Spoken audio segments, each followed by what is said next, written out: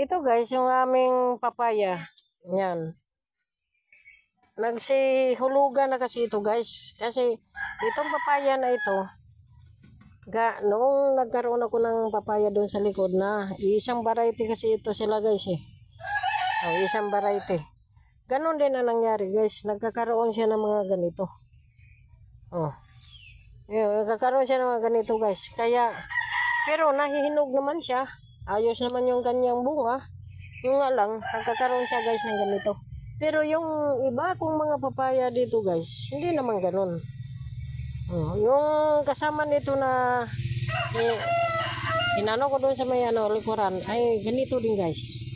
Ganito lang kanyang labas. Na nagkaroon ng ganito. Kaso lang, ito, wala naman tong hindi naman siya sabihing bulok yung loob. Yung kasing sa una guys, talagang langgam ang tumira. Langgam ang tumira, tapos nagkaganoon ganito. Yan. Ayan na guys, Hindi ko kaya to guys, pero naman to guys, okay naman siya kainin kasi sa balat man lang siya. Pag hinilinisan na ito, ayun, normal naman siya. Wala naman siyang inano namin sa loob. Hinati naman sa loob, wala namang problema.